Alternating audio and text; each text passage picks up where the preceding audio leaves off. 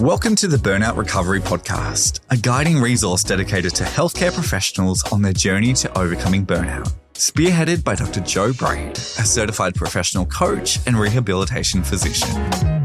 Hello and welcome back to the Burnout Recovery Podcast. Today, I am delighted to have a guest on this episode, and my guest is Dr. Ettie Ben-Shabat. Welcome, Ettie. Hi, Joe. Thanks for having me.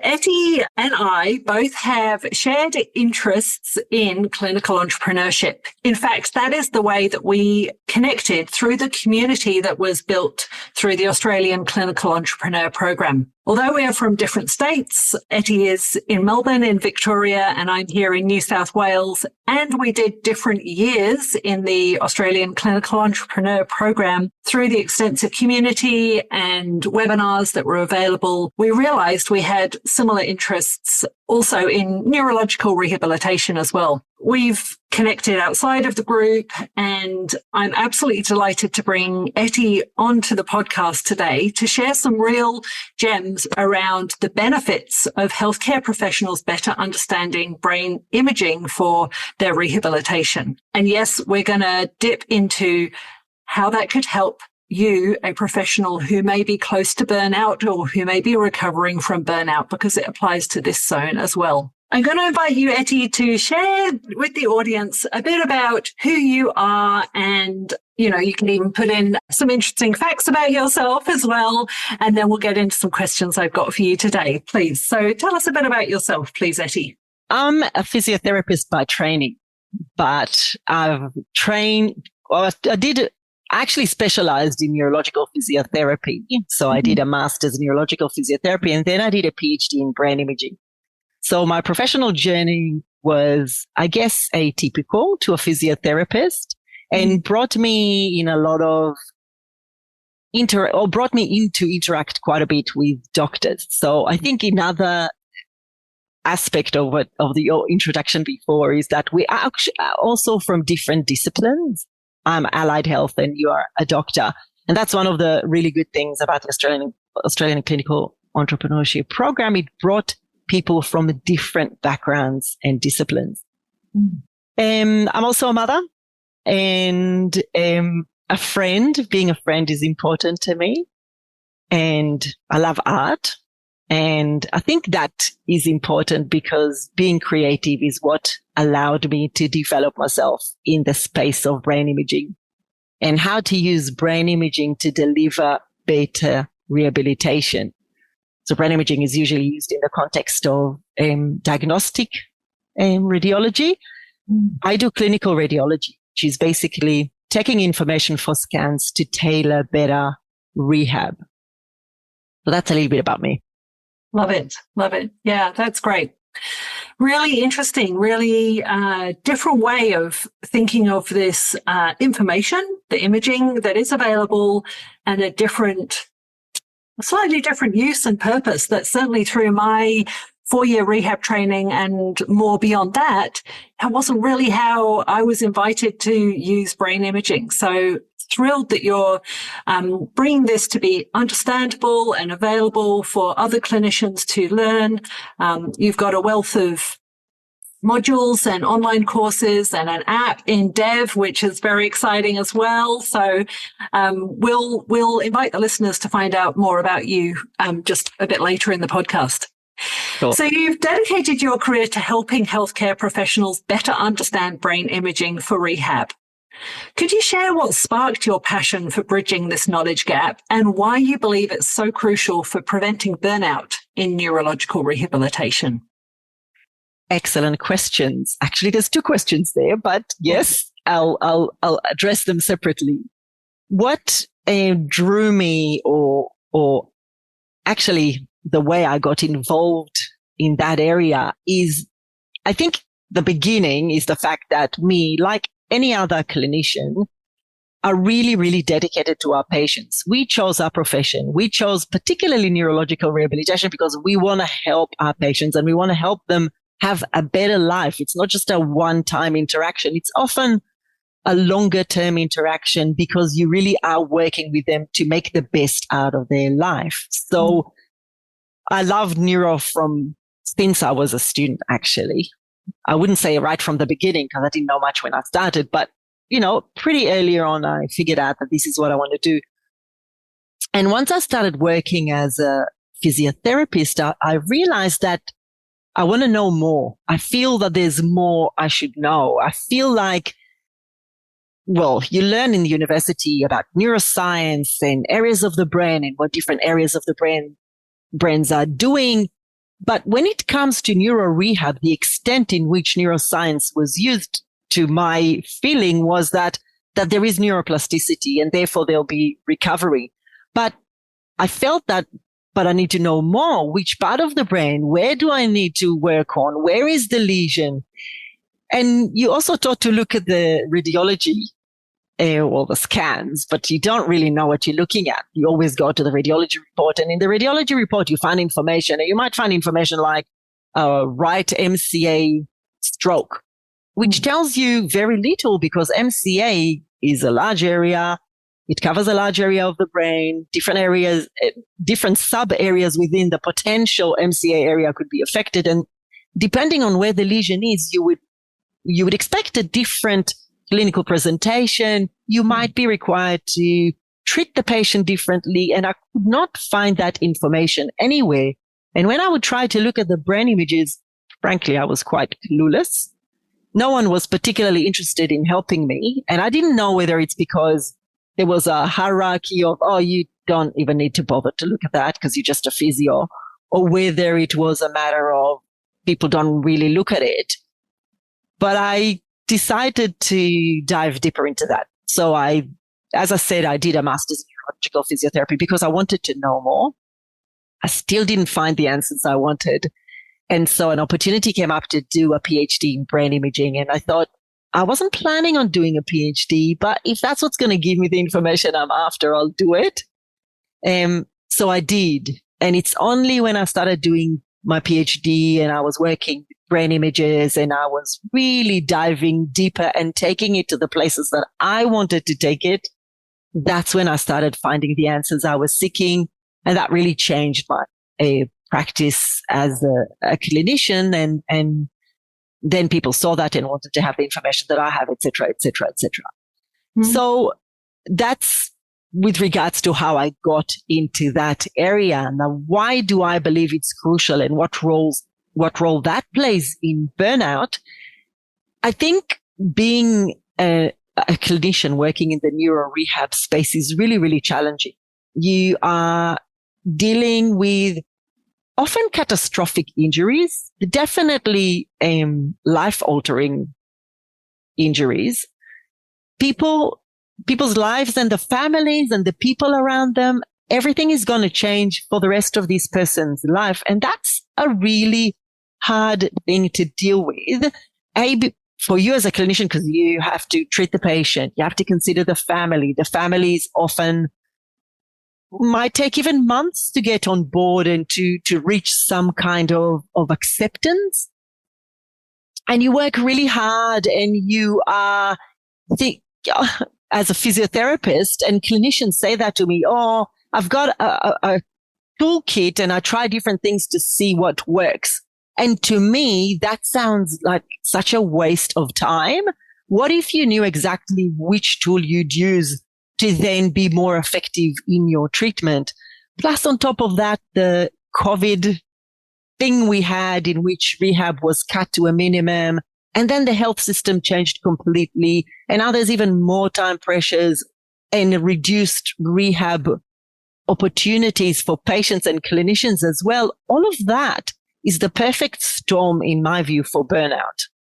And having tools like brain imaging to help you save time, know exactly what the patient is likely to suffer, even when they're completely unconscious or altered state of consciousness. So you haven't started assessing them because you can't. Having these tools to have an in-depth understanding of the patient, in-depth understanding of what would be your best approach and what kind of outcome you are likely to achieve, for me, it's a game changer. And for me, it's a protection against burnout. Fantastic. So useful to understand exactly as you described, that sort of generalized term of a right MCA stroke and which area is most likely to be affected, giving yourself a bit more certainty still in what can be an area of uncertainty. I think that's what we do have to get comfortable with in healthcare. But maybe there are sort of less decisions to be made if your therapy is more clearly guided by knowing what part of the neurological system is going to best benefit from tailored, directed care. Yeah. And what the potential for recovery is. Like, I remember one case where I was asked to help a clinic of neuropsychologists with a teenager that was very challenging in her behavior. And there was a lot of confabulation that was going on, and which is just inventing stories for facts or what they perceive the facts to be, which made rehab really challenging and treating this person really, really challenging. And there was a question of, how do we deal with this person? And when I looked at the brain images, and the reason they asked me to look at it because they didn't know what was behavioral and what was organic. And when I was looking at the brain images, I said to them, look, she's got a serious issue with her memory. It could be that her confabulations are simply because she doesn't remember anything, and she is not stupid. She knows that it's not right not to remember, and she tries to make a story around it. Mm-hmm. And therefore, treatment, for example, would be just acknowledging the fact that you can't remember, and then what strategies you develop around it and how you deal with it. So just knowing some information about what is related to the lesion and what could potentially be other cause is really, really helpful in rehab. Yes. Yeah, absolutely. Such a great illustration there. Yeah. Or clinical story there. The next question I've got is, in your experience training healthcare professionals through BRAC, Brain Rehab Academy, what are some of the common challenges they face in interpreting brain imaging, and how does resolving these challenges impact their professional confidence and job satisfaction? Oh, that's a good question. Another good question. The challenges that people have or clinicians have, and I preface that most of the clinicians I teach are allied health. So physios, OTs, neuropsychologists, speech pathologists, psychologists, nurses. But I also teach doctors, consultants, registrars, and so on. And although I'm mainly talking about allied health, this is also relevant to medically trained clinicians.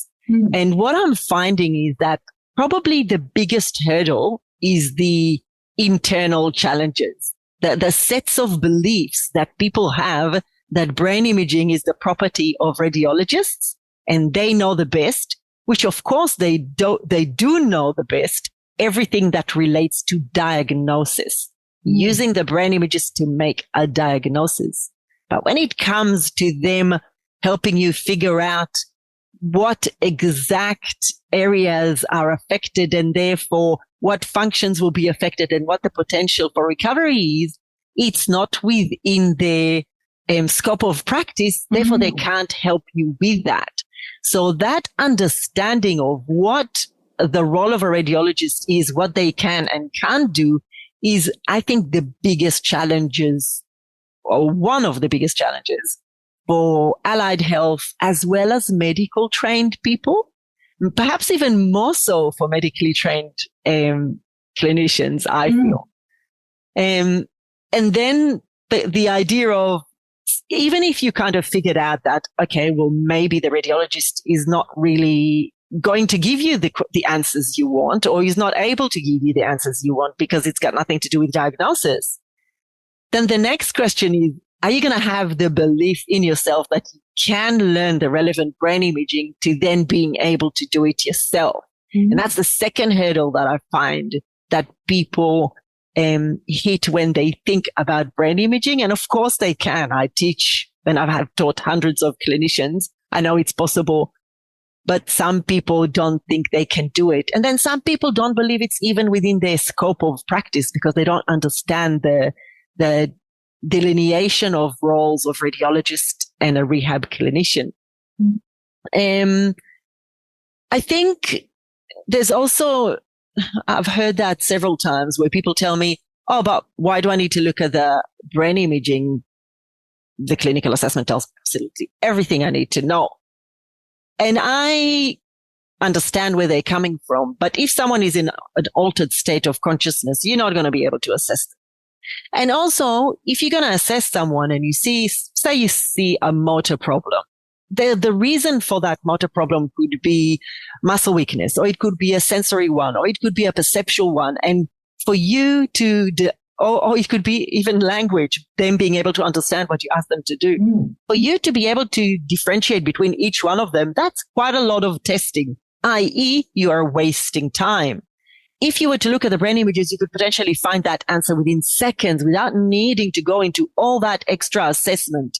So 100% clinical assessment is important, but you can make it so much more efficient if you look at the brain images, because you know what to assess and how to treat as well. So the challenge of believing that assessment is enough is another challenge that I see. There's some external challenges. So we work in a the health system is very hierarchical, and there is medical hierarchy, which means doctors often are the ones that make the final decisions. And sometimes that makes people think, well, why do I need to look at brain images? Isn't that the doctor that you should be doing that? Even if they realize that the radiologist doesn't necessarily look into function, then they'll think, oh, it's the rehab physician or the neurologist that need to make those decisions. And there's some people tell me that they don't have access to brain imaging. So that could be another challenge. But that's just a technical challenge that's easily solved because, it's either that you weren't given access because whoever set up the system didn't think that Allied Health, for example, needed access to brain imaging. So that's just a conversation with manager, or you haven't figured out how to do it yet, or it's usually something technical. So that the last one is the easiest to fix.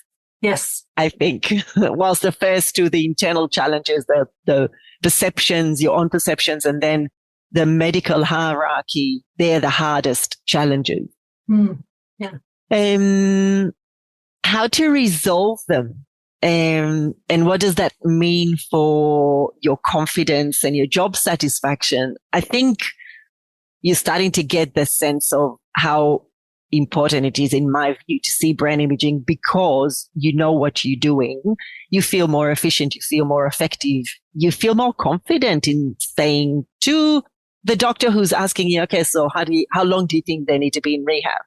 Or the family who's going to ask you, is this patient who's going to walk? Well, I remember seeing a patient. I was actually helping another clinician seeing this patient, and the family was on their back all the time. Are they going to be walking? Are they going to be walking? Because it was a young patient. He was in PTA for a long time, and the family wanted to know whether he'll be able to walk.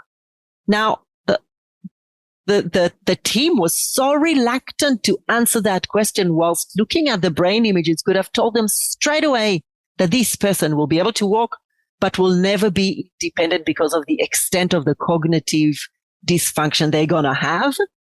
Being able to say something like that to the family from the beginning is just, it just reduces the pressure on yourself, on the family, knowing generally where they could aim for. And if you're too scared to say that because you don't know what's going to happen, you can say they could potentially walk. We're not 100% sure, but because I see this here and that there, you can even share the brain images with them to explain to them how you reach that decision and leave yourself room for error, because at the end of the day, we don't have crystal ball. Sure. But having those tools and being able to talk about brain imaging that way makes you look more professional, makes you be more collaborative. And of course, it gives you the job satisfaction that you know what you're doing and you can communicate with people the way you want to. Yeah. So, yeah, I think it's really important to look at brain images. Such a comprehensive answer. I love it. And so many parallels, with burnout as well, with the internal factors. and your sense of capability and self-worth comes in here, and imposter syndrome comes in here as well. And then all those external factors as well. And sort of, we talk about the concept of hidden curriculum in medicine. That's more sort of unsaid expectations and rules that medical students pick up as they go through their training. But I think we also have one, within our teams anyway, across the disciplines that we have in healthcare too. And you're creating this opportunity to break some of that down and empower people across multiple different allied health domains or disciplines to upskill in this area that is not just for radiologists to do diagnosis, but also for all of us to be involved with engaging the families as well of these patients who've had catastrophic life-changing events. And we know that in burnout, there can be reduced patient care because the clinician might be less engaged with the patient and their family and so forth. It's so rich and helpful, Ettie. I love that you're sharing all of this with us today. My pleasure. I'm glad to have the opportunity to talk about that because it is not something that is talked about very much at all, I find, and that there is a lot of apprehension around it just because people feel that you're stepping on I think, I don't know for sure, but it feels to me like clinicians are worried about stepping on radiologists' toes. And it's like, no, you don't understand. The role of the radiologist is completely different to your role. So I think it's really important to have those conversations. Yeah, so good. I just want to help our listeners. You dropped in the word PTA or the 3 letters PTA. Ettie is suggesting this patient would have had a brain injury at some point and they had problems laying down new memories. And I don't have a completely clinical audience, so I'm just highlighting that in that last patient example there. Thank you. You've mentioned that clinicians often work with limited information about patients' brain imaging. How does this knowledge gap affect their stress levels and decision-making confidence? And what practical strategies do you recommend for managing this uncertainty? So in terms of knowledge gap, it's about the knowledge about what to expect in the radiology report. And you should really expect mainly information about the pathology because it's about diagnosis.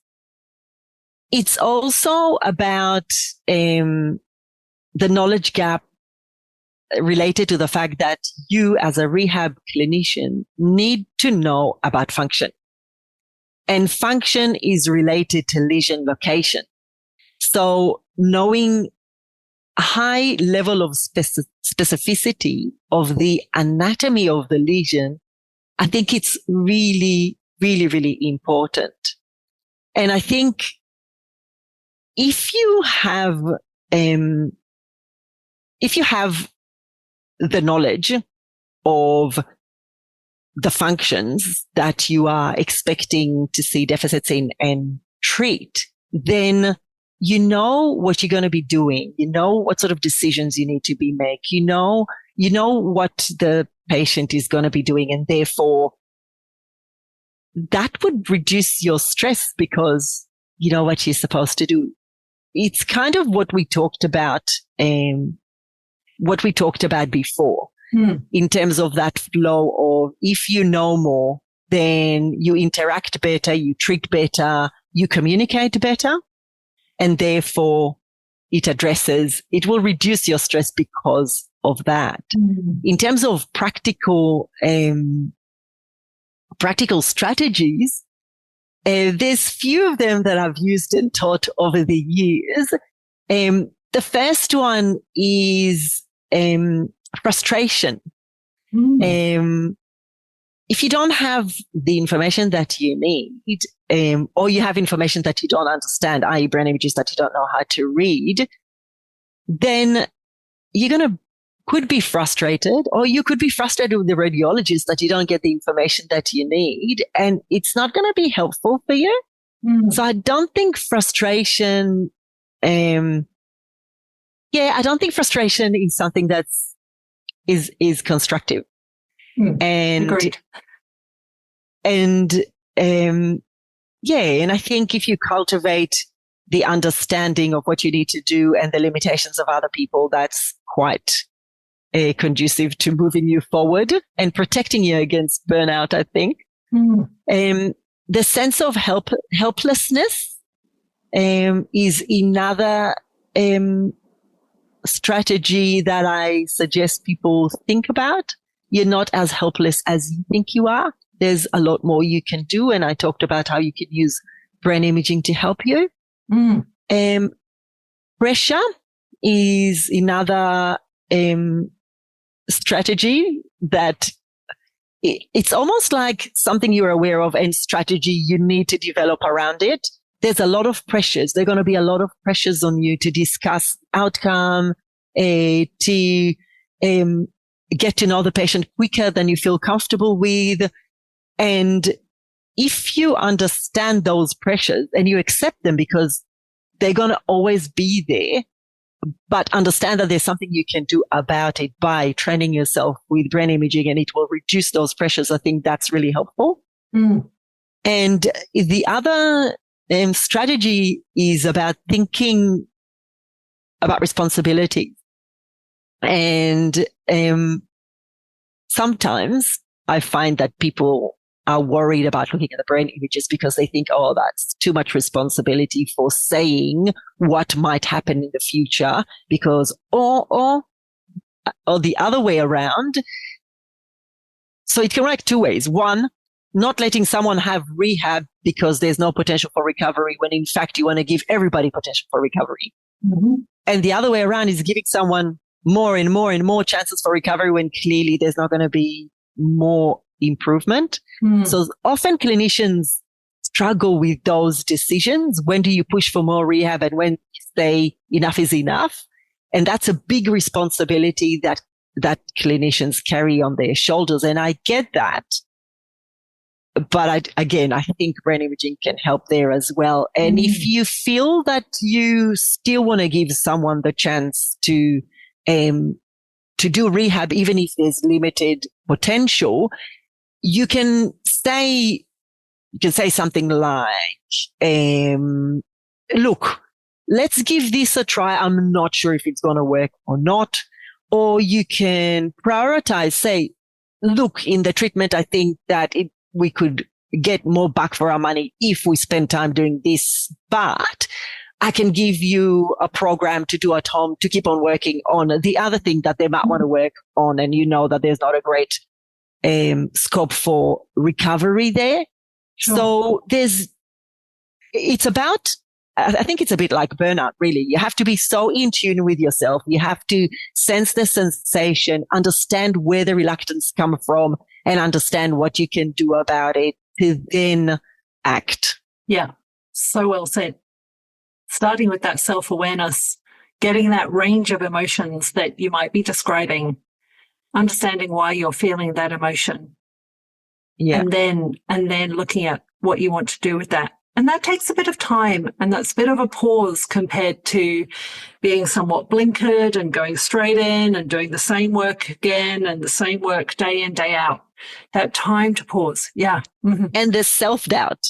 Do I feel like, is my frustration justified? i.e., is it the situation or is it me? I think it's always there. So if you don't acknowledge those feelings because you think it might be you, then you can't even start analyzing them and try to figure out where they're coming from and therefore what you need to do about them. So good, Ettie. It's so deep. I love this discussion we're having. It's wonderful. So I warned you that those discussions could go quite deep. Yeah, absolutely. It's really, really rich. It's wonderful. How about this? Could you share a specific case where understanding brain imaging transformed both the treatment approach and the clinician's sense of professional fulfillment, please?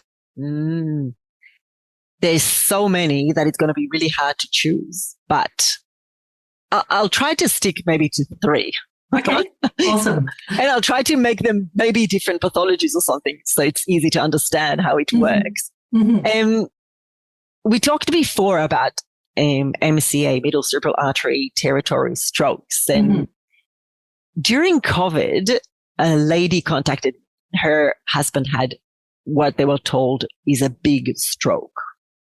However, this person could walk after a relatively short time. And it was during COVID, as I said, I don't need to tell you what the health system was like during COVID. There was so many pressures. They really didn't provide a lot of rehab because the emphasis was to get people in and out of hospital because we didn't know what was coming. So they were taken out of hospital or sent away quite quickly. And they had some interventions afterwards, but not a lot. So they felt like they want to do a lot and they could see there were issues, but they didn't know what they were meant to do. So the wife of this husband contacted me and we went through the brain images. And one of the things that were affecting this person the most was communication. He could not communicate at all. And it was very hard for her to find a way to get through or to find what it is that she needs to do. And I looked at the brain images and straight away I could see that it was a receptive type aphasia, which means there's a problem with understanding. I could see that he would have ideational apraxia, and I could see that he's going to have significant sensory deficits, but not motor. And I could give her direction and hope. She always said to me, before we were flying blind, but now we know what we're doing. So she knew she needed to invest a lot of effort in speech, but it will get better.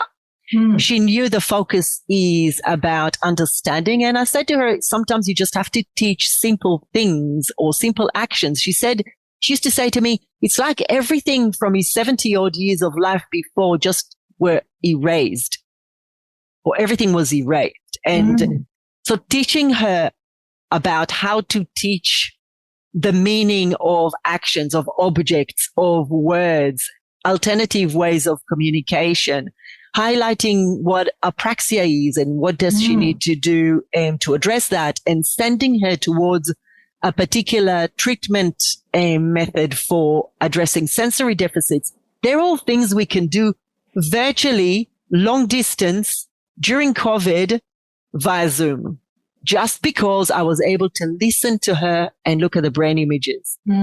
So she always says that was a turning point for her, because that's when she knew what they needed to do. And they're really quite remarkable couple. They are willing to work as hard as you tell them and following through.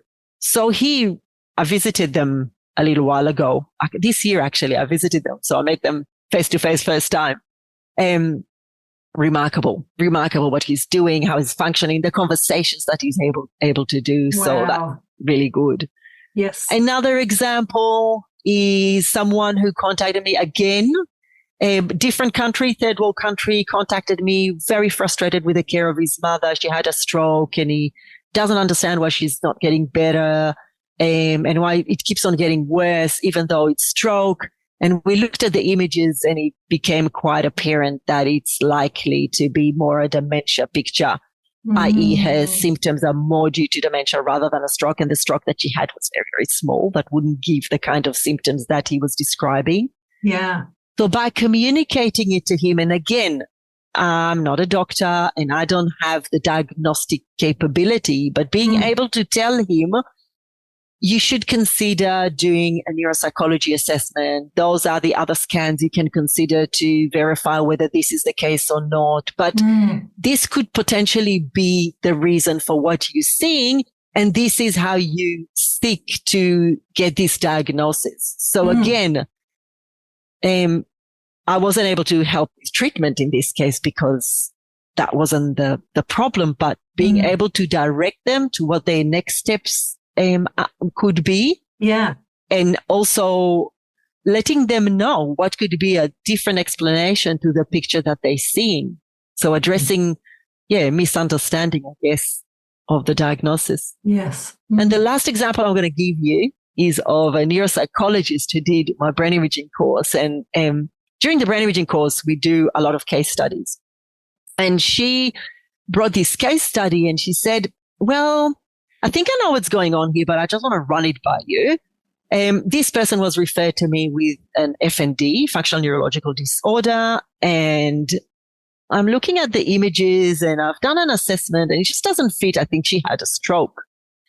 And she did. She ended up having a small thalamic stroke that they gave the clinical picture that she had that was mistakenly perceived or diagnosed actually as FND when it wasn't. So that was a little bit more complex because there was a diagnosis that was given already. And also the radiology report didn't identify that particular lesion. So therefore she had to go back to the radiologist and ask a second opinion, et cetera, et cetera. But again, the treatment of someone with a stroke is completely different from a treatment of someone with FND. So that's fundamental. So they're just 3 cases and there's dozens more that I can give you, but that's just some to give you an understanding of how it changes what you do. Yes. Yeah. What a wide variety from not even necessarily local, but virtual care that you're providing, international feedback or recommendations, and then to a peer or another clinician. But the point is that in all those cases, the specificity of the analysis of brain imaging in the context of function, in the first case, it changed what you could direct the patient to do and their whole. In the second case, it was actually you're barking the wrong tree. And in the third one, it's undoing misdiagnosis. So they're really big, and giving someone an FND diagnosis is a big thing. The things their thoughts and understanding and actions that they need to bring their head around to deal with FND is very different to what it might be when you're dealing with a small stroke that needs secondary prevention. Sure. So absolutely, from a patient perspective as well, it's just fundamentally changing the way they're treated. Yeah. Huge. Yeah. So significant. Yeah.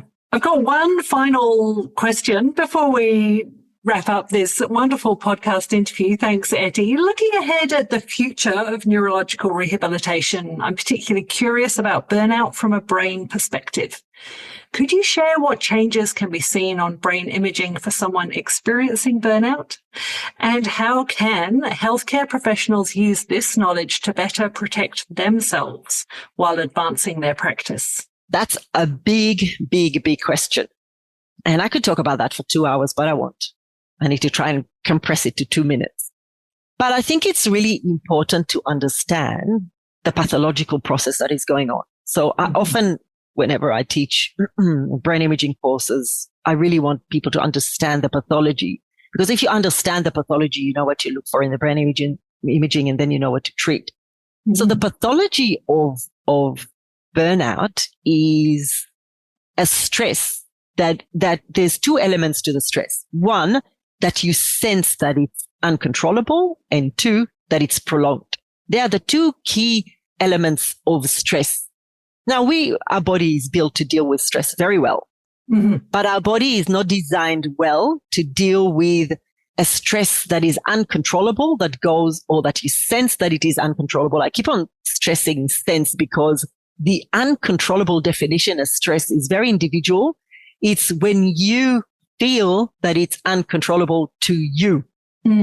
So it's the element of stress that you feel is uncontrollable and goes for a long time. Now, in the minute you perceive stress to be uncontrollable, that's a brain function. The brain perceives the stress to be uncontrollable, and the brain triggers cascade of events that are endocrine of nature that leads to excessive noradrenaline, dopamine, etc., which kind of trigger that flight or fight mechanism that happens in our body that impacts multiple areas of the body. So those neurotransmitters that now are circulating in large quantities affect the way our brain works, affect the way our heart, cardiovascular system work, our immune system is working, etc., etc., etc. So it's important to understand the global or the pathology from a big picture before we dive into the details. So the brain is affected twice. Once by the processing of the stress to determine that it's uncontrollable. And the second is by the consequence of all those neurotransmitters. And I'm going to talk about the consequences of neurotransmitters because that's what people have been studying.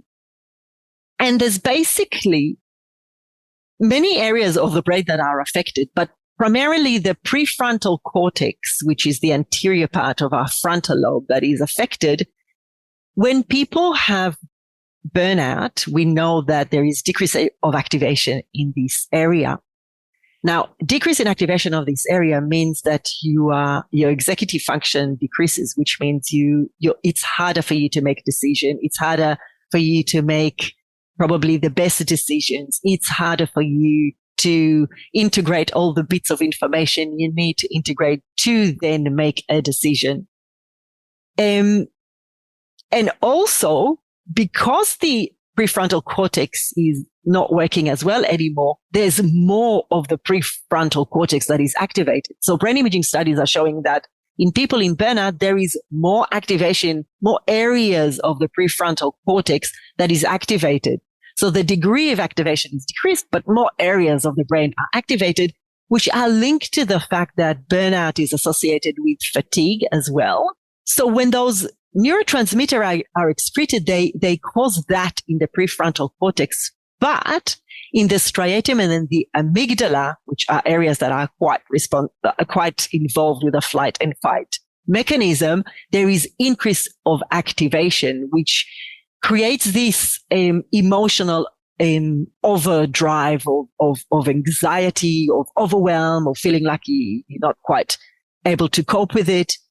And the other area that is quite key area in the brain is and there've been studies that they looked at the cognitive impact of burnout, even amongst physicians, and identifying decrease in short-term memory, in decision-making, etc.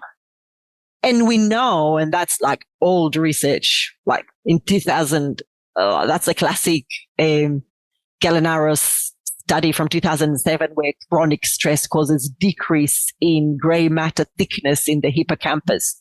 So we know that when people experience stress for a long time, the area that is responsible for memory formation, which is the hippocampus, is not as thick, meaning its function is not as good as it could be.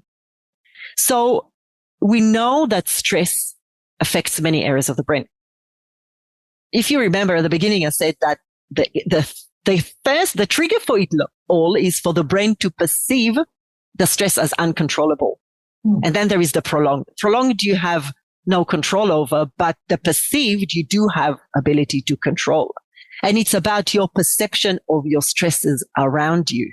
I think that's a key for people to address. And for me, one of the most encouraging papers in that area is a paper by Gavel et al. From 2017, where they did a 12-week cognitive training program that really changed the brain activation of people who suffer from burnout, which means that, first of all, there is treatment.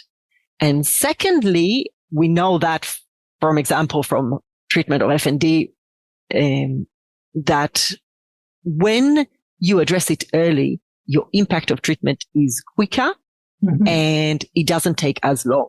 So again, being able to detect burnout early or sensing burnout within yourself early and then addressing it could be, I think, the most effective thing.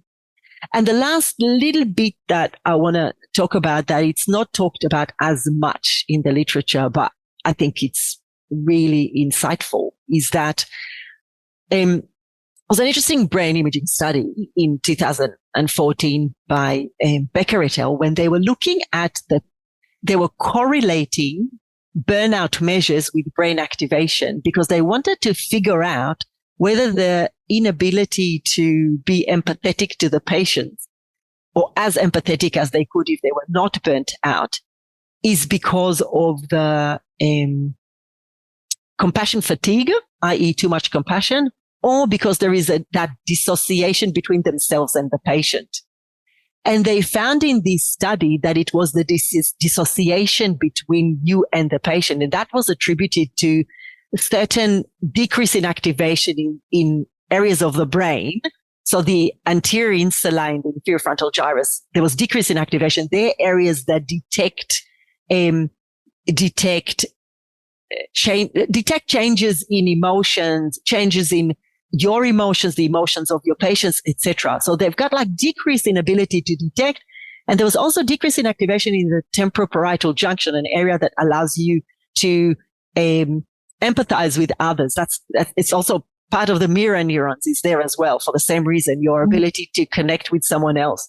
So their ability to detect change, decreased ability to detect change, and disability to connect with others, that creates that distance between them and the patient.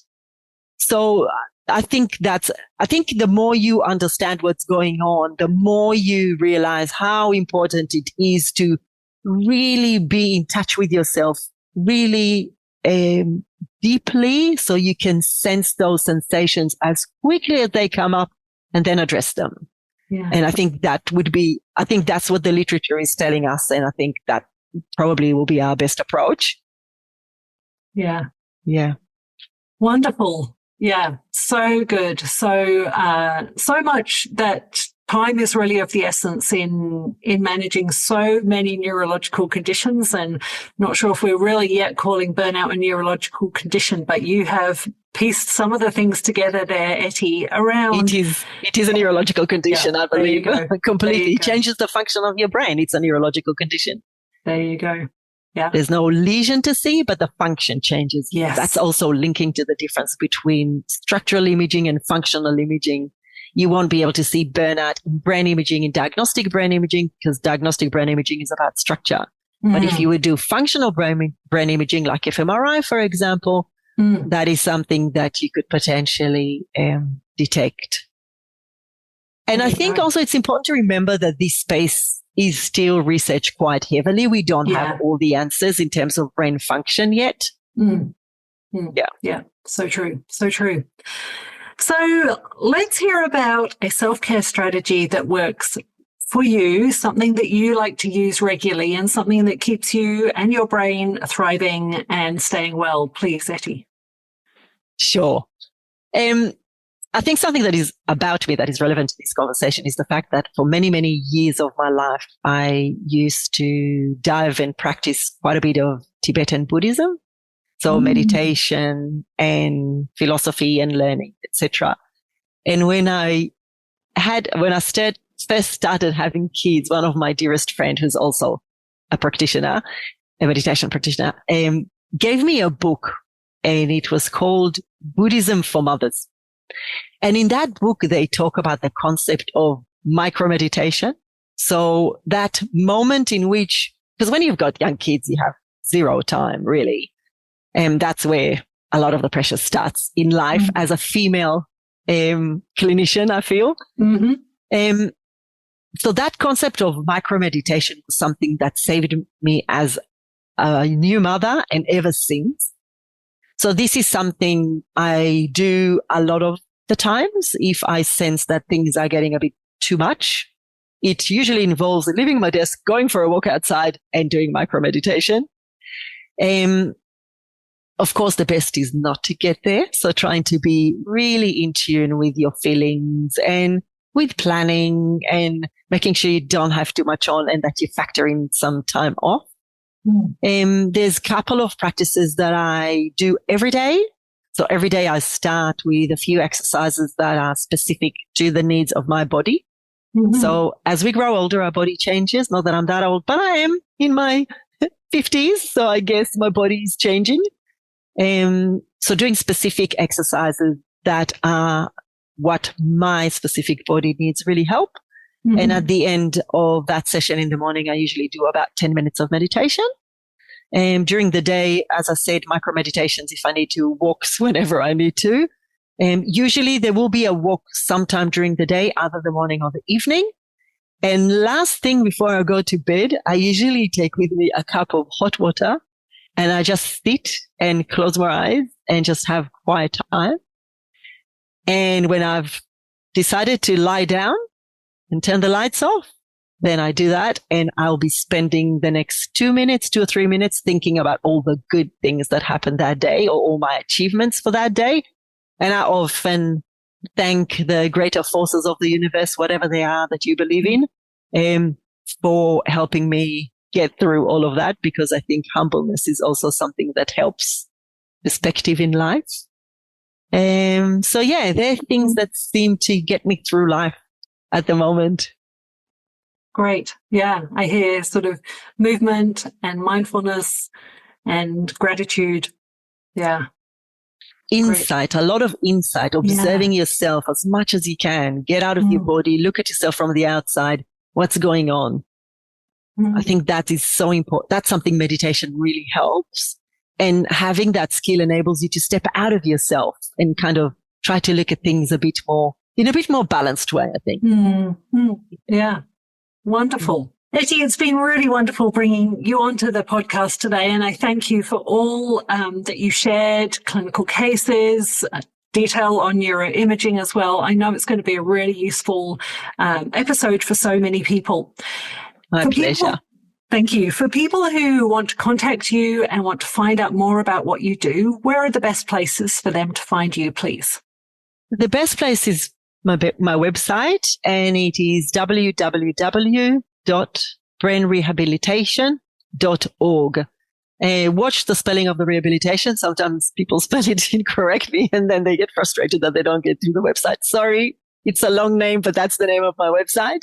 That's the best way to find me, to read more, to listen to blogs, some of my videos, get in contact if you want to, find out about what sort of courses are available, find out about consultations, etc. All the information is there.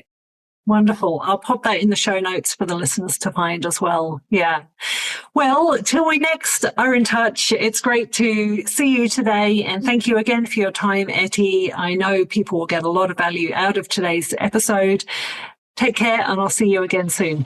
Thank you very much, Jo. Thanks for listening to this episode. Schedule a free discovery call if you want to learn how I can help you. Dive right in with my 60-minute burnout strategy session, or experience Program Vitality, my tailored one-on-one burnout recovery program. All information is available at drjobraid.com with links in the show notes.